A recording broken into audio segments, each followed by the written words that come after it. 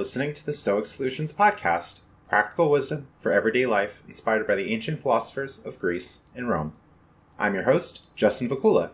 Visit my website at stoicsolutionspodcast.com. This is episode 97, Ben Aldridge, How to Be Comfortable with Being Uncomfortable. 43 Weird and Wonderful Ways to Build a Strong, Resilient Mindset. We talk about how to overcome anxiety, the value of taking on challenges, and improving mindset. Ben Aldridge writes about practical philosophy, comfort zones, mental health, and adventure.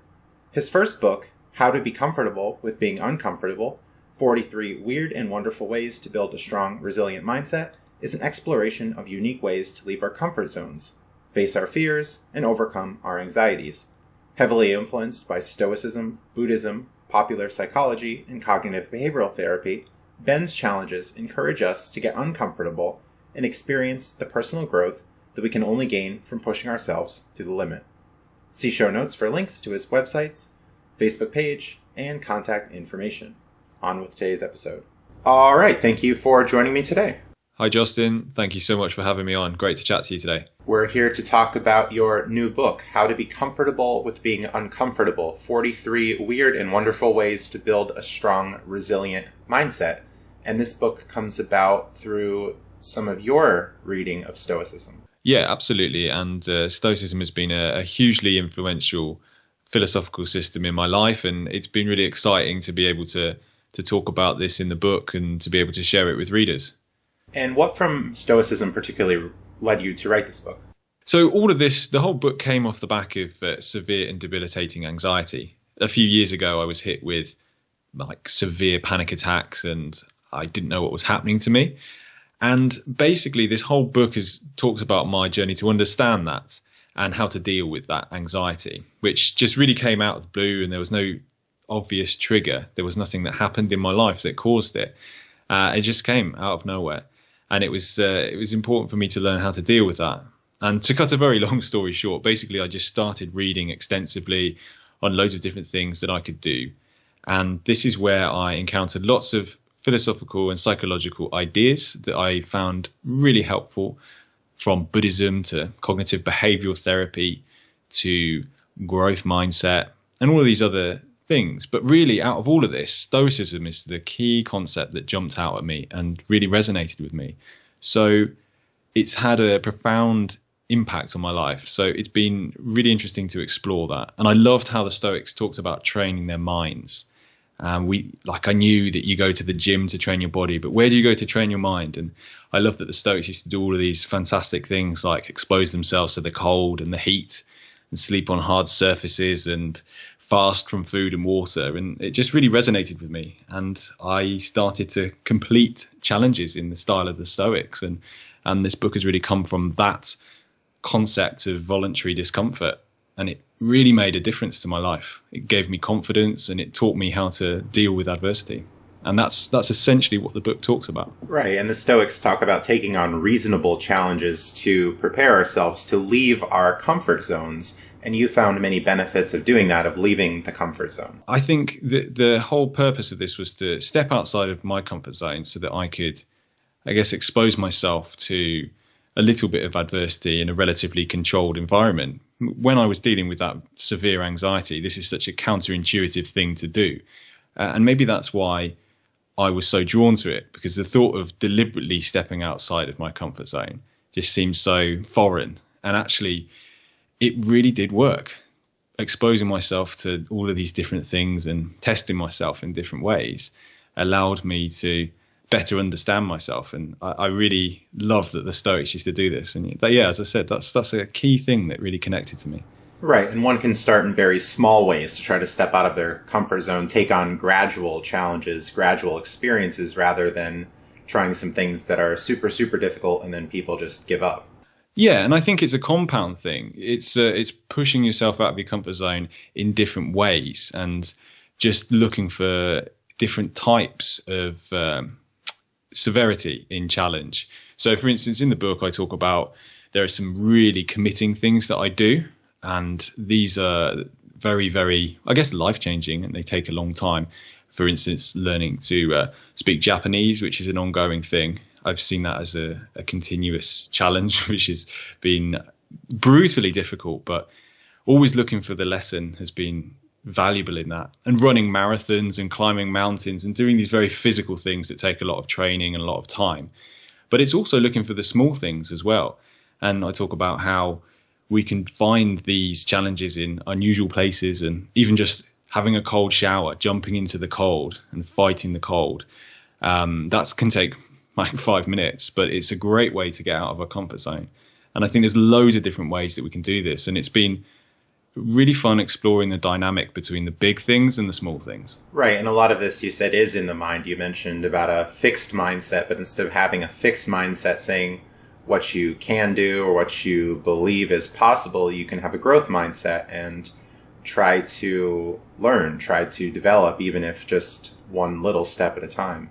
Yeah. And I think completing challenges allows us to do that, to build confidence and to understand who we are as people. And it can be quite a profound experience, even though, you know, they're small things. They do add up, and then before you know it, you've got this boosting confidence, and it does make a real difference. And also it's important to have fun with it as well. I think it's that's one of the key things, and I've certainly had a lot of fun when doing this project and writing the book and completing challenges and looking for unusual things to do. And that's been one of the key take homes, really. Right. And things that people can do from home, as you talked about memorizing the name of a Welsh train station, which I still have a very hard time with.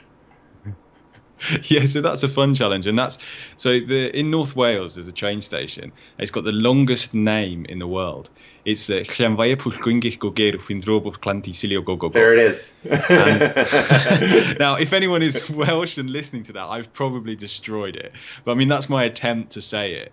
But it took a while, and it's more about just looking for a little challenge. And that was just one small thing. It took a little bit of time to figure that out.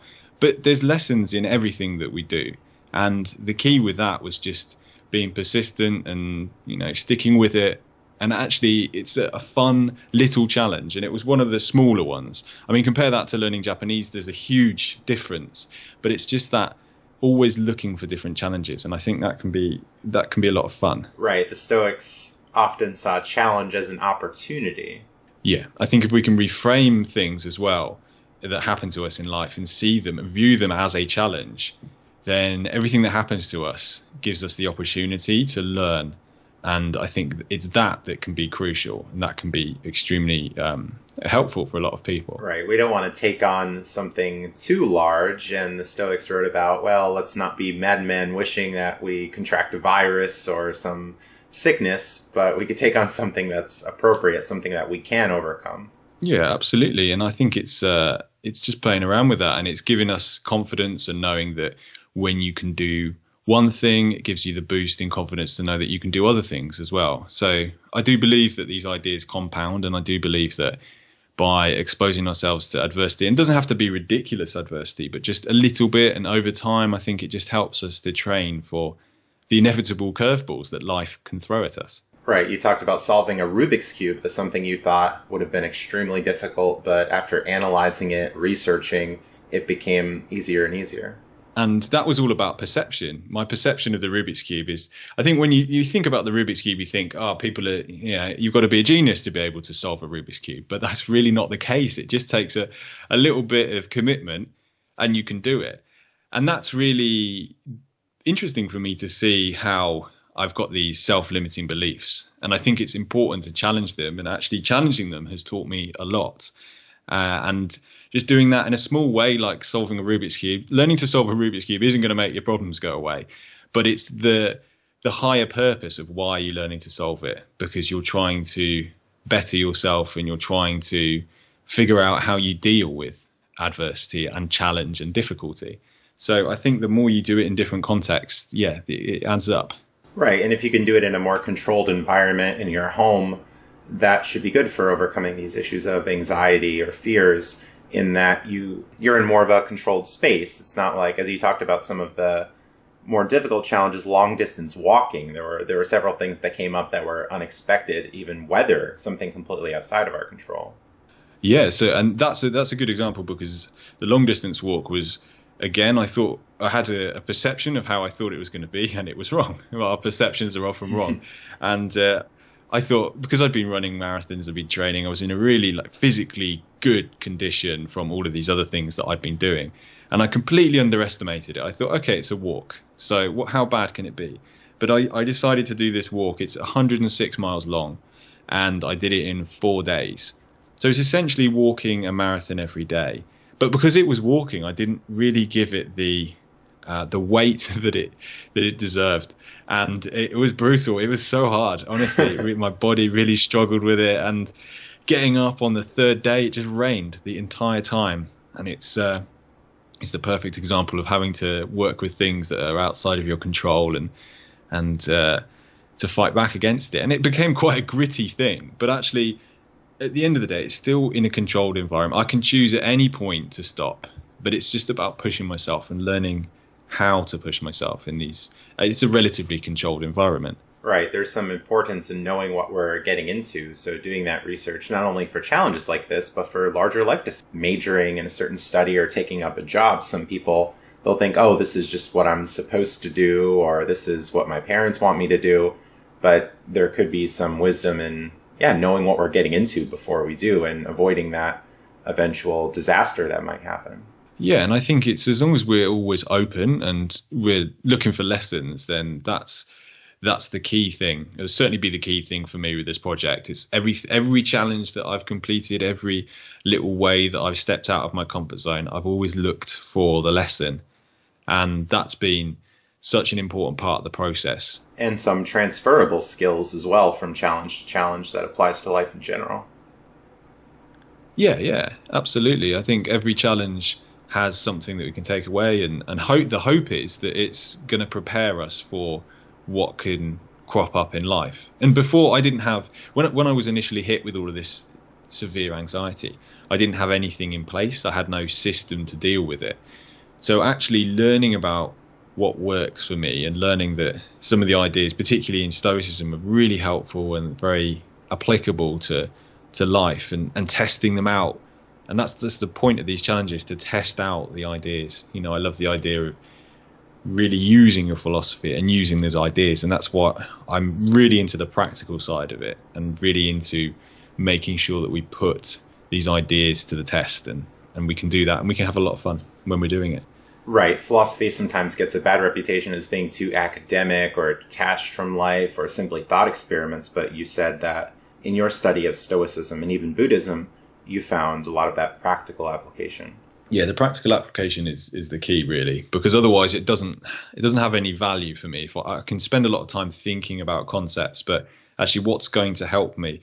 And to be honest, that was the whole purpose of this. I was in such a bad place. I needed to find out what was going to work. And that's why I started completing challenges to test out these different ideas. And if it didn't work, if there was an idea that I just didn't resonate with, I wouldn't use it, and I wouldn't think about it anymore. But the ones that did work, and the tools and tricks that I found worked personally for me, I kept them. And it's just a continual thing. And now I love exploring philosophy and psychology, for you never know what little tip or trick is going to make a difference. And then you can get out there and you can test it, either in the real world by the challenges that naturally come up, or the ones that you seek out. And I think it's trying to find the balance between the two. Right. And on that practical note, you wrote in your book about how Stoicism influenced cognitive behavioral therapy. Yeah, and it's interesting to see that. It depends on what lens you want to use, because a lot of the ideas within Stoicism, they influence cognitive behavioral therapy, and you can see that as well when you start reading about CBT. You can see how there's a direct influence from Stoicism, but some people might connect to the CBT a little bit more than an ancient Greek philosophy, and I think it's important as individuals to play around and figure out what works for us. But I kind of like taking bits from all over different philosophies as well. But it's interesting to see how it's evolving as well, and what's happening nowadays with Stoicism. Right. There are themes in CBT and Stoicism of disputing our irrational ideas that we should try to look at things as they actually are, rather than being mired in fear or ideas that don't correspond to reality. Yeah, perception is everything. And I think even just going back to that Rubik's Cube example, my perception of what I thought it was going to be like was very different from the reality. And it can work in a positive and a negative way. The positive is that, so for instance, the positive would be I would think that something's easier than it is, and then actually it's not that easy. And the negative perception would be, oh, I think that's going to be too hard, and then you try it and it's actually not that hard. So I think it's just holding back that judgment, and then just being aware of our perception of everything that we encounter. Right. And one strength of your book is that there are challenges that so many people can take on. Okay, well, maybe people with some kind of physical disability won't do the long distance walking or the marathons, but they can probably do things like cooking a new dish. That was one challenge that you listed in your book. That was a fun one, and that's just simply just trying something new, being open to new ideas, and it's not exactly adversity as such, but it's about being open to something different and trying something unfamiliar. And naturally, if you're trying something unfamiliar, there's going to be things that crop up, and it's always paying attention to your mind. I think having the bigger picture and the higher purpose for everything is really important when you're doing it. You're not just cooking a new dish for the sake of it. You're cooking it as a way of understanding more about yourself and how you deal with things. And when you get frustrated, it's paying attention to what happens when you're doing it. So yeah, I think it's important to have that mix. And there's a lot of different challenges that I talk about. It's not just physical. There's skill-based challenges and mental challenges. And we can push ourselves in lots of different ways by exploring these different aspects of stepping outside of our comfort zones. It's not just physical. It can be academic, it can be skill-based. And yeah, I think it's important to do that mix. Right. Even memorizing the order of a deck of cards was one of the challenges that you listed. Yeah, and that's a great party trick. It's quite an interesting one. And again, this is about like shattering that self-limiting belief. I honestly didn't think I'd be able to do it. It's quite an amazing skill, the way that the brain works. What you're doing is you're learning how to memorize every single card in a deck of cards. So basically you shuffle it, you look at each card once, and then without looking at them, you can recall what the order is. And it's a complicated method. I explain it in detail in the book, but basically you turn the cards into characters that have actions, and you place them in this thing called a memory palace, which helps us to remember different things by we use locations, like a geographic location in our mind, as a trigger to remember certain things. So we place these characters in a story, and then it can help us to remember things. And it's really interesting at exploring memory and looking at how some of the things that people can do with their memory after training it is unbelievable. And this is something, again, it's to do with that perception. I honestly didn't think I could do something like this, but it's just, you stick with it a little bit and you'll amaze yourself. And I think that's quite nice, actually, when you prove to yourself that you can do something you didn't think you could do. And some of these things can transform into hobbies or maybe even side hustles, part-time jobs, something similar to that as well. Yeah, you never know where it's going to take you. And that's the fun. I think being open to it. And even if you just learn one thing, one takeaway, or you know that you never want to do that again, that in itself has value. So I think it's just, that element of play and trying new things as well. Right. It's one thing with the current pandemic, and we'll try to avoid the C word here for YouTube. But with the current pandemic, a lot of people are realizing, oh, well, I only had one stream of income, or, oh, I structured my life to be in this one way. But now we're seeing that we have to be more versatile in a time of change and uncertainty. Yeah, and it's how we respond to that as well, I think, which is a huge thing within Stoicism. One of the key themes really is what happens. We don't control a lot of the things that happen to us, really. The only thing we can control is our response to what happens. And this has been particularly helpful for me during the lockdown period and everything that's been going on in the world. I've found that focusing on what I can control and what I can't control has been huge. And actually right back at the start with this whole project, dealing with that anxiety, learning about control and response to external situations and how I can choose my response, and really drilling down on that has been a very important part of Stoicism that's really resonated with me as well. Right, I'm sure during this challenge that was imposed on us that some people are handling it really well, some people are not. Some people are into despair, some people are finding opportunity during this time. Yeah, and I think I would have definitely been in a terrible place if I hadn't had anything, if I hadn't had I guess a system to lean on when things became a little bit tricky. I think without a system, it's very hard to deal with challenges. Maybe you created your own, and that some people it just naturally happens. But for me, I didn't have anything. So when I was hit with this anxiety, there was nothing in place, no tools, no tricks, no, I guess you could call it an operating system. I kind of like that example of maybe using Stoicism as an operating system, a way to view the world, a lens through which we can view all of the things that happen to us. And I found that having something in place is so much better than not having anything in place. And I can certainly say that it's helped me recently as well, other than just dealing with that initial anxiety. But I think it's just great to know that there's this structured system that I can lean on when things get a little bit tricky, in whatever capacity that is, because let's face it, life is great at throwing us curveballs. Looking toward the ancient world can provide that inspiration, especially since many of these traditions have a modern take from many authors I've had on previous episodes of the podcast. It's not like this is very detached from modern times. There are so many resources out there to try to learn and grow and have this philosophy of life. Yeah, and it's so timeless. That's what I think a lot of people really connect with Stoicism. The ideas are just so relevant right now, and it's something we can use straight away, and we can just pick and choose which parts we want. And I feel that because of the way that it's presented, it's very accessible, and a lot of the ideas that they talk about can just literally be mapped onto the modern era. So I guess that's probably why we see so many people interested in it. Right. Many of the difficulties that the ancients talked about are still relevant today. So if you can draw upon an ancient philosophy to reduce anxiety, to find more meaning in life, to find more joy, then what a benefit that can be. It's so interesting when you go back and you read some of these texts and you just think, hang on a minute, that could literally be applied to what happened to me the other day.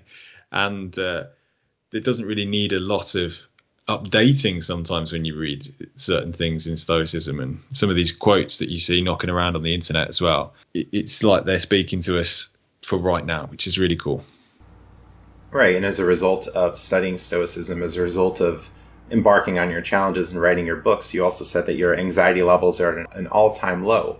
Oh yeah, completely. When I stopped having panic attacks, I could see the value in all of this, and I just kind of lent into it more. And it was really that voluntary discomfort, that idea within Stoicism that's made the biggest difference to my life. Seeing that by counterintuitively stepping outside of my comfort zone, leaning into my fears, I can use that as a way to better myself, and I can learn about how to deal with being anxious and afraid of things. And I think it's important for us to play around with that. So I love the idea. There's this concept of I created this idea called the anti-bucket list, and it's we all know what a bucket list is. A bucket list is a list of things we want to do before we die.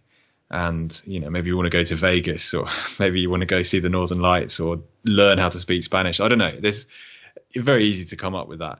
But I like the idea of an anti-bucket list, which is the complete opposite. It's a list of things you don't want to do before you die. And as adults, it's very easy for us to avoid things. It's so easy to not do things that scare us. So, for instance, I'll give you an example. For me, I had a terrible fear of needles. So this is something that would be on an anti-bucket list. Why would I want to go near needles? Why would I want to do anything with needles? So I turned it into a challenge, and I used it as a way for me to learn about myself. And actually, through this anti-bucket list, through these things that I didn't want to do, I managed to experience a lot of personal self-development. So going and having acupuncture was my way of turning a fear of needles into something, flipping it around and turning it into a challenge that's very specific for me, because not everyone would have a problem with that. But for me, it was really tough. But knowing that it's difficult and pushing through that is actually something that has a lot of value to it. And I took away so much from facing that fear, and the boost of confidence that I got off the back of it made a huge difference. So this idea of an anti-bucket list can be a lot of, well, I say fun, it's probably not fun when you're facing these things that you have a fear of or that you don't want to do. But the point is that doing these things, there's a lot of growth that we can experience off the back of it. And I know that the Stoics would approve of this type of exercise. Right. And after the fact, have you realized, oh, hey, this wasn't as terrible as I thought it was? Absolutely. Yeah. Looking at, what your mind does before and how it's creating all these different scenarios. And then you go in and it's really not that bad. That's something that even just experiencing that firsthand has a huge amount of value, realizing that we're often so wrong about, the things that we're afraid of, or, we always walk away with, oh, that wasn't as bad as I thought it was going to be. And that was certainly the case with needles. And it's something that I think we can all play around with, looking at our fears and looking at things that we don't want to do and seeing, actually, if I do it, what can I take away from it? And turning it into a challenge and reframing it as something that can teach us more about ourselves. And actually, we can have a lot of fun with this. We can also learn from others. There are, I'm sure, communities for almost anything that you could find online, from forums, websites, social media, Facebook groups. So you can go into a lot of these challenges and prepare rather than just walking in and taking on this big challenge and not knowing what to expect. Yeah, I think so. And it's always really important to look at what other people are doing and reading about how people have overcome adversity. And I like the idea of using role models as a way to behave, having people that we admire and people who do incredible things. We can learn a lot from them, and whether that's related to a specific challenge or something that we want to do in our lives, or whether it's more general, just people, how they respond to different things. And I find that the adventure world is always quite interesting, looking at how people do incredible things and firsts and all of these different world first ascents and the kind of polar explorers, and looking at different things that people have done. These kind of incredible feats of human endurance. I really like looking at that and exploring how people's mindsets work. Are you looking at taking on new challenges? You had 43 in your book, How to Be Comfortable with Being Uncomfortable. Are you looking at another 43 or getting to 100? Well, so there's 43 in the book because that felt like a manageable amount for people to digest. The reality is that when I first did this, there were hundreds of different things that I did. And I chose the most varied challenges to actually write about in the book. And it's something that I initially did for a year. I decided that I would test out this concept of voluntary discomfort and doing all of these different challenges. And when it started working, I realized that this was something that actually I'm going to continue to do in my life. And if I say that it's a lifestyle, that's probably a bit pretentious, but it's an ongoing thing, right? So I continue to look for challenges in different ways and different places, and whether it's something that naturally is coming up because of life, life loves to present little challenges or big challenges, or it's something that I'm working towards, an ongoing challenge. There are definitely things from the first book that I still do, and there are new things as well.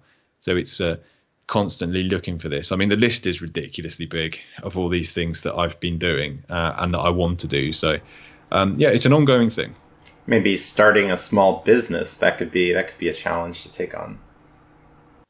Yeah, and I think we're all so different as well. It's important to explore how challenges relate to us and how we can push ourselves as individuals. So for me, even just having the book out and all of the things off the back of the book and this new world for me as well has been really exciting, and getting feedback from readers and going out and doing workshops and presentations and talking to different people, really exciting people and different ideas. I love that. And it's a new world for me. So it's been a lot of fun getting out there, and I guess in a way that's a little bit of a challenge as well. So it's always looking for the next thing, the next way to push myself. Any particular challenges that came about when writing your book? The whole book, obviously with the book, there was all these different challenges that I've been completing. So those are what I've been writing about.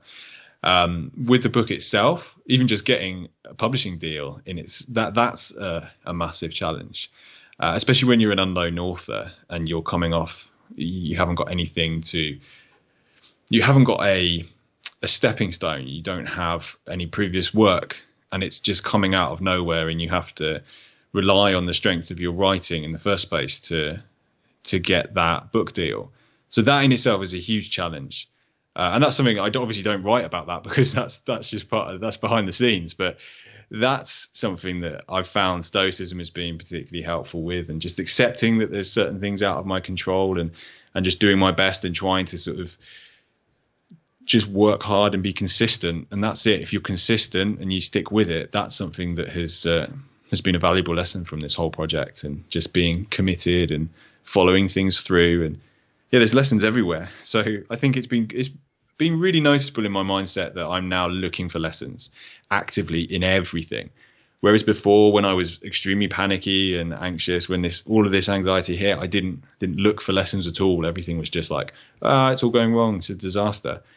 But actually looking for lessons is huge. And that's been a big change for me.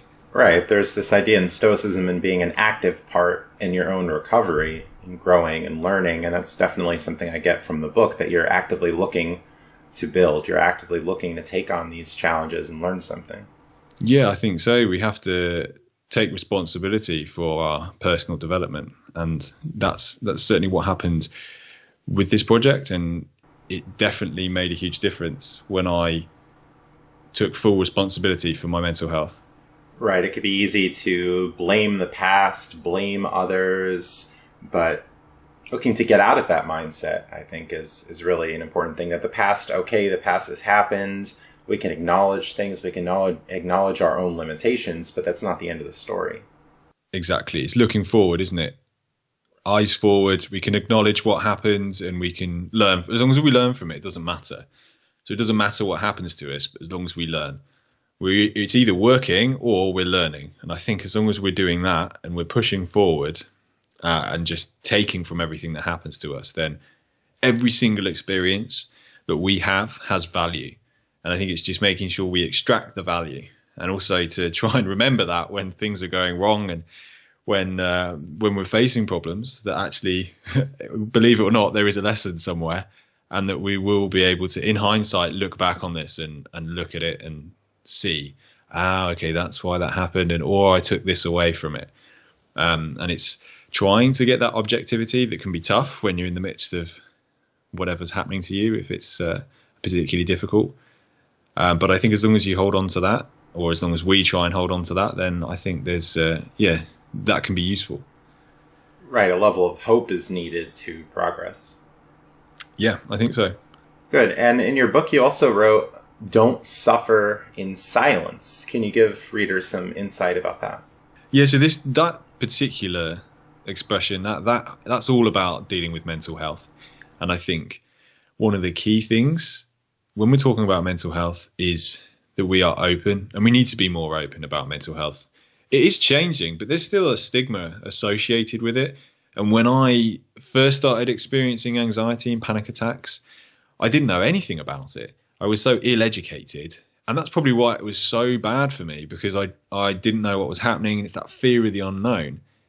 And I think the more we speak about it, not only are we raising the profile of mental health, but also by speaking about it, we're reaching out to other people, and we can change our relationship with our mental health. We just need to be open. We need to talk to people and acknowledge that we need help, and just not get on with it. We need to speak to people. We need to look at systems that we can use. And I think it's really important for everyone to be open about their mental health, and to, it's important to share what's happening to them and not suffer in silence, because actually that's when things can go terribly, terribly wrong.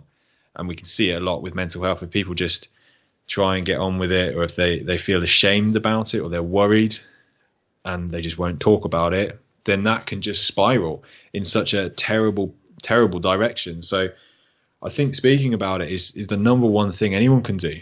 And then from that point, you're going to have support. People will be able to help you. They can help you to learn what's going to work for you, and different things work for different people. And it's just figuring out what's going to work for you as an individual. And the only way that's going to happen is if you start talking and being open. Right. So there's an element of vulnerability that we have to take on, and some people are even uncomfortable with that.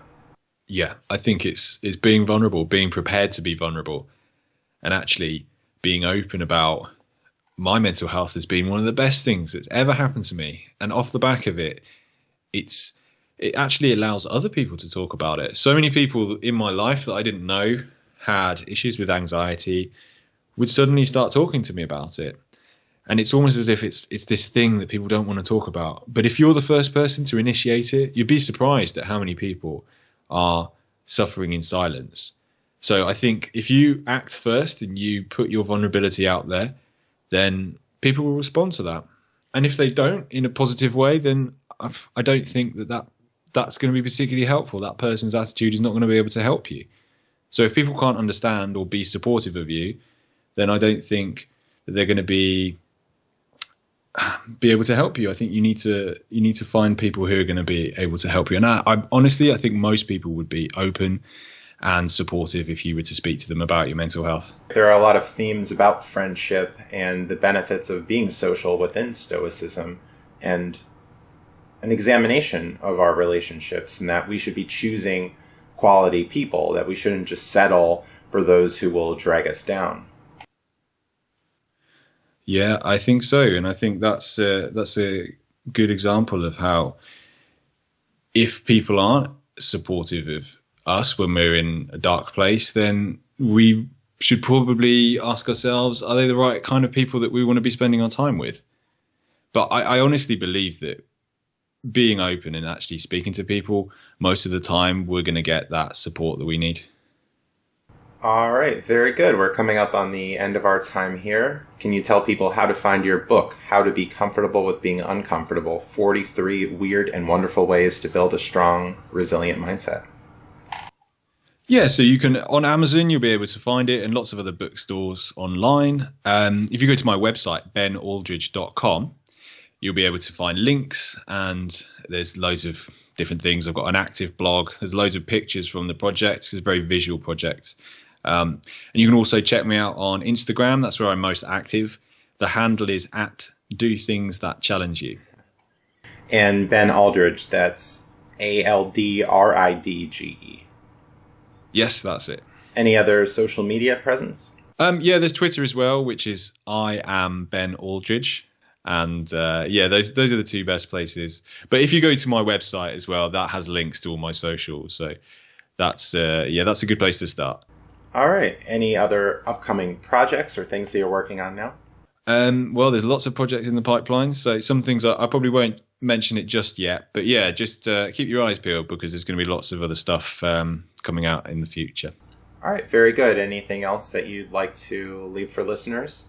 I think really just the key is, for me, the thing that's made the biggest difference is I like the idea of we prepare for adversity by practicing adversity. I kind of like that concept. And that's something that has really helped me to at least have something to deal with the chaos of life, the things that come up that are out of my control, knowing that I've been able to handle little things in the past and building my confidence by doing that. That has made a big difference. And I'm not saying that I'm prepared for everything that might happen, but compared to where I was, I've definitely got at least something that I can try. And I think that we can all benefit from that concept. All right. Very good. Thanks for sharing your time today and coming on the show.